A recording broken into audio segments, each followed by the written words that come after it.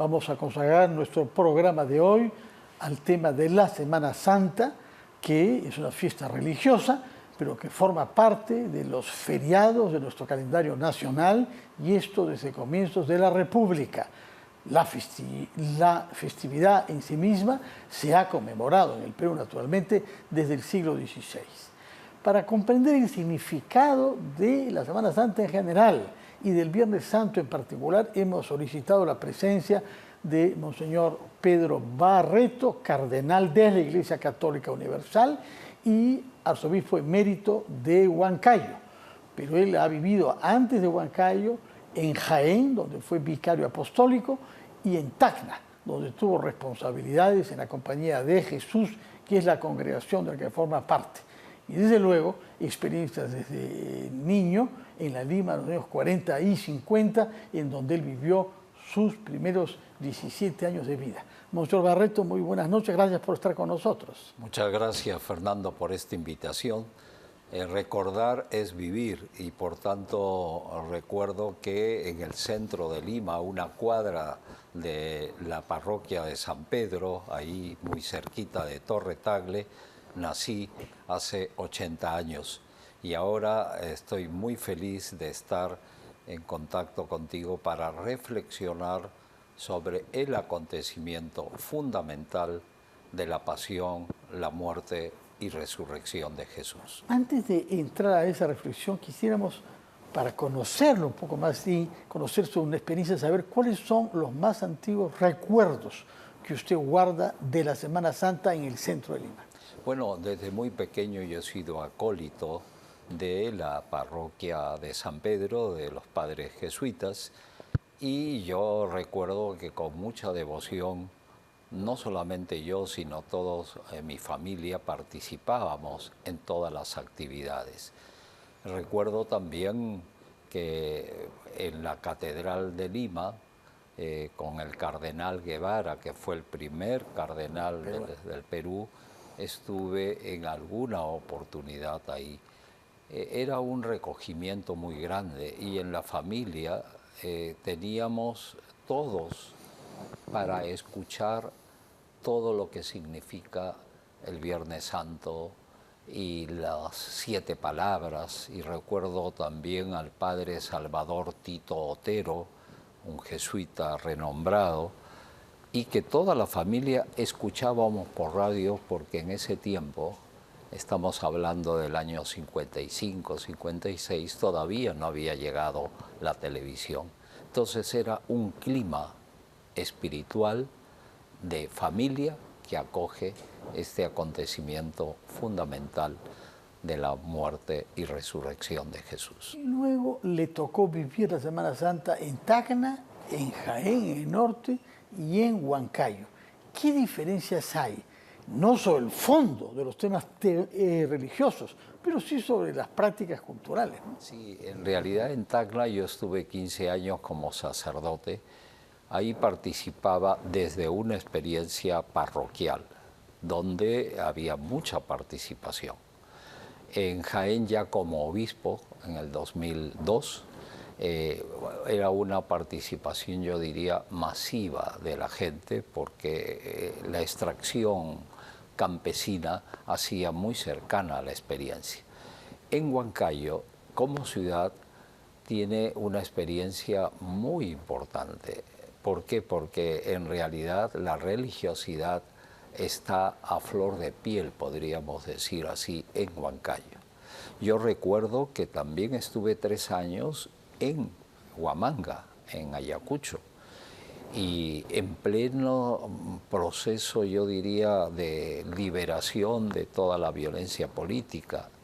Y ahí es una experiencia también profundamente religiosa. Ahí me identifiqué no solamente con Cristo, sino también con el pueblo santo y fiel de Dios que seguía a Jesús. Se dice que la celebración de la Semana Santa en Huamanga, que algunos llaman Ayacucho, es la más intensa y la más vistosa y la más visitada de nuestro país. Sí, es verdad. Y yo estuve desde el 92 hasta el 95. Y en esos días no había signos de violencia.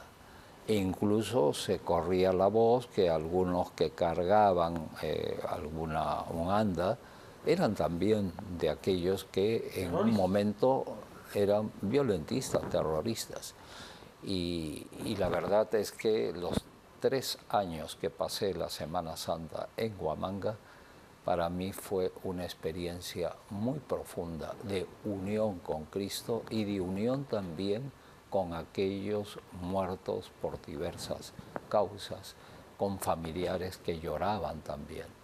El nazareno en Ayacucho es el rostro y la talla más bonita que yo he podido percibir. Sin duda. ¿Y qué decir sobre la celebración de la Semana Santa en la selva? Usted es el responsable de una institución creada por el Papa para reunir las iglesias y los obispos de los 9 países que tienen ribera amazónica, entre ellos el Perú, naturalmente. Así es. Pero, ¿cómo se vive la muerte de Jesús y su resurrección en las diversas comunidades de la selva? Yo soy presidente de la Conferencia Eclesial de la Amazonía, que desde hace 3 años fue creada por el Papa Francisco. La Amazonía tiene 9 países amazónicos. Brasil es el mayor, el Perú tiene más del 60% de su territorio amazónico. Y las poblaciones originarias, algunos son católicos, ¿no? Otros son cristianos, pero viven también muy unidos a la historia personal. La muerte de líderes ambientales en la Amazonía, en el Perú y en diversos lugares, es también una cercanía a la muerte de Jesús.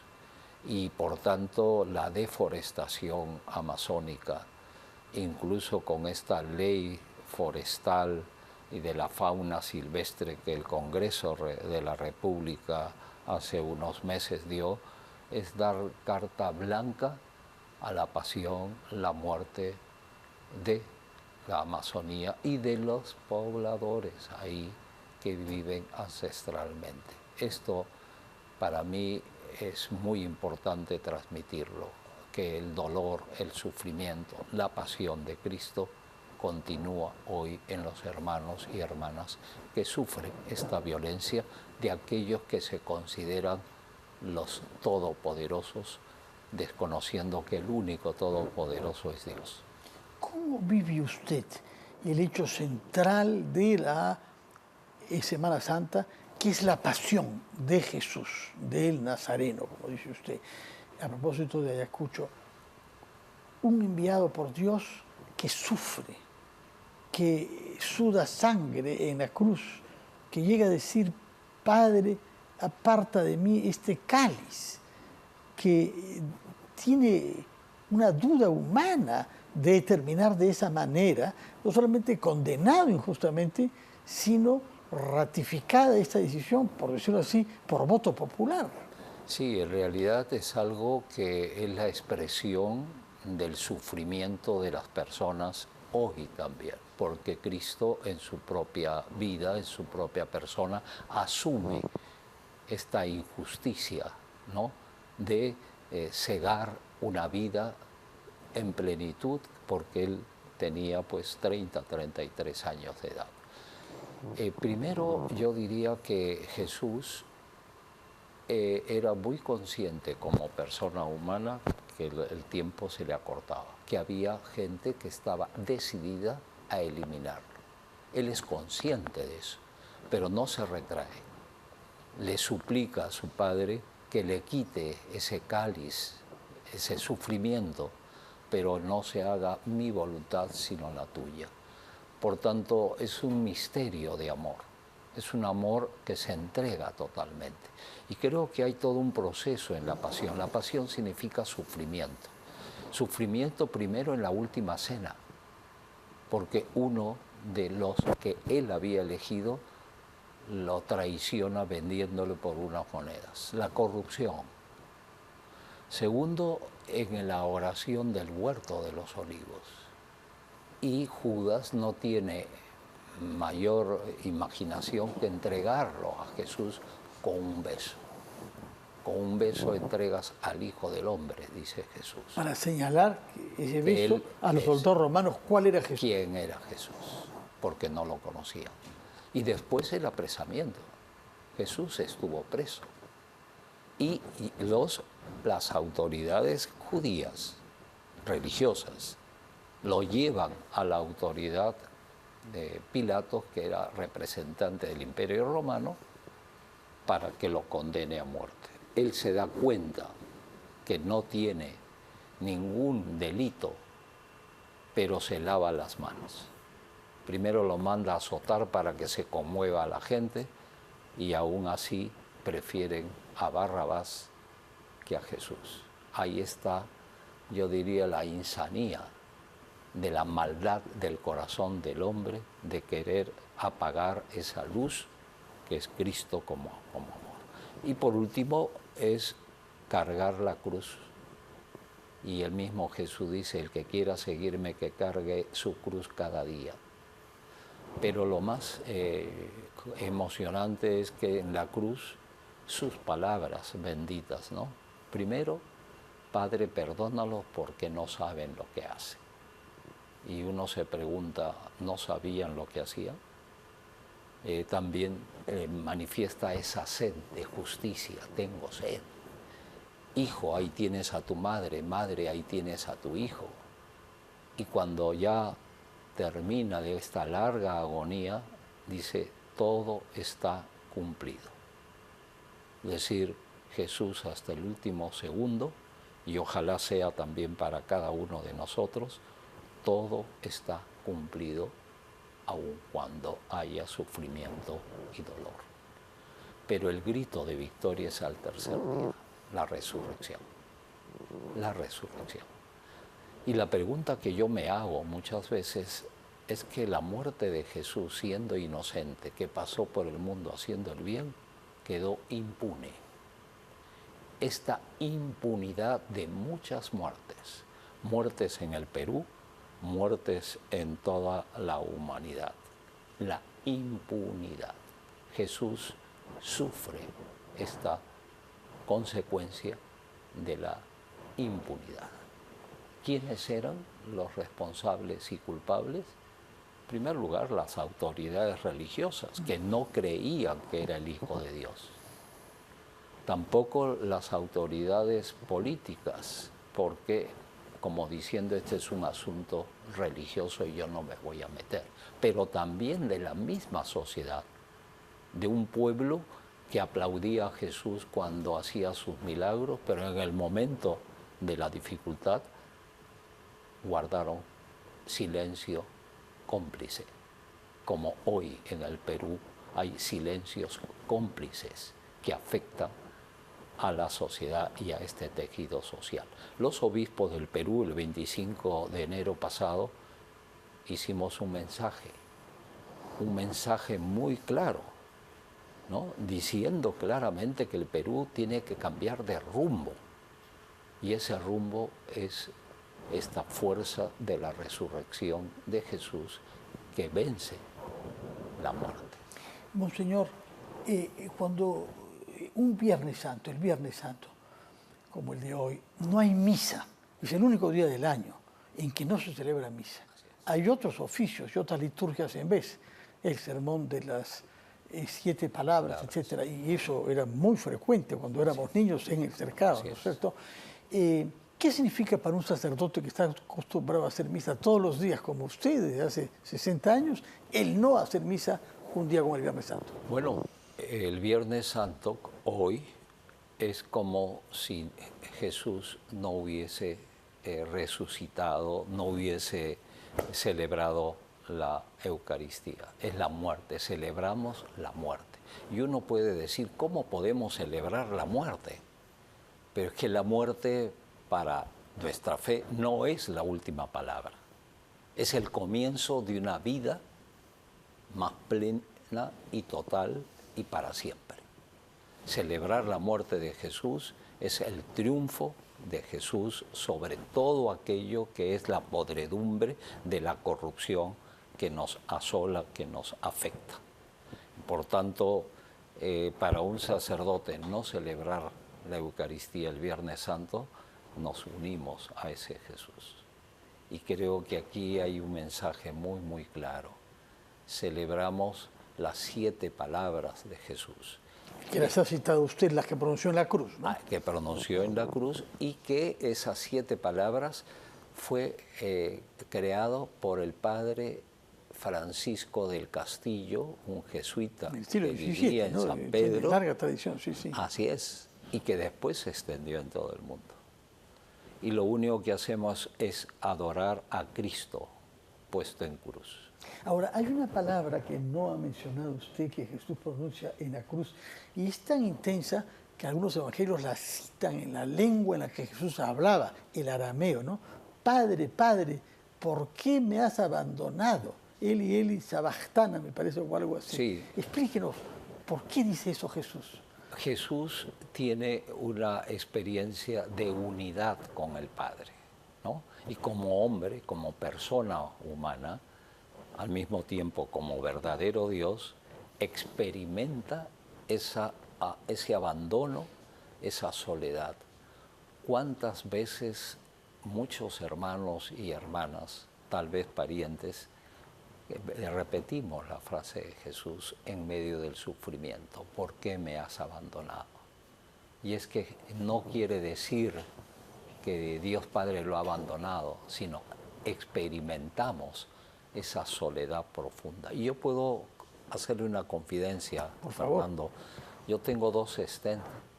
En el primer stent yo tuve 90 segundos con el corazón que no latía. Yo he visto el túnel. Soledad total. No dije las palabras de Jesús. ¿Por qué me has abandonado? Pero Sí, la sintió. pero había luz. Es una luz que me atraía. No escuchaba ni música ni nada. Soledad total.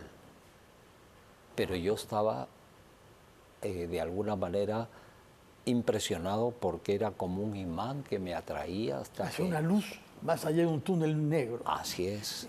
¿Usted cree que esa experiencia médica que usted vivió alimenta su fe? Por supuesto. Para mí la muerte es luz. Yo lo sé por experiencia personal. Y me van a disculpar de esta... Sí, no, le agradezco. Esta Toda confidencialidad. confidencia de ese tipo, de un cardenal como usted, es alentadora. Nos queda un único minuto y yo quisiera preguntarle, usted conoció al Papa desde el año 80 en Buenos Aires, que fue a un Así retiro. es. Usted tiene orígenes argentinos parcialmente, Bueno. una gran afinidad con él, que lo nombró cardenal. ¿Cómo vive él siendo sucesor de San Pedro la Semana Santa? Él vive la Semana Santa en su propia persona, hoy. Las dificultades que tiene para caminar, sufrimientos, él tiene una ciática, pero tiene una lucidez muy clara. Y él, por lo que lo conozco, no va a bajarse de la cruz, de esa cruz que el Señor le ha concedido, porque sufre muchísimo físicamente, pero espiritualmente está alentando este proyecto de renovación de la sinodalidad, que es caminar juntos como pueblo de Dios, porque la Iglesia la conformamos todos los bautizados y bautizadas.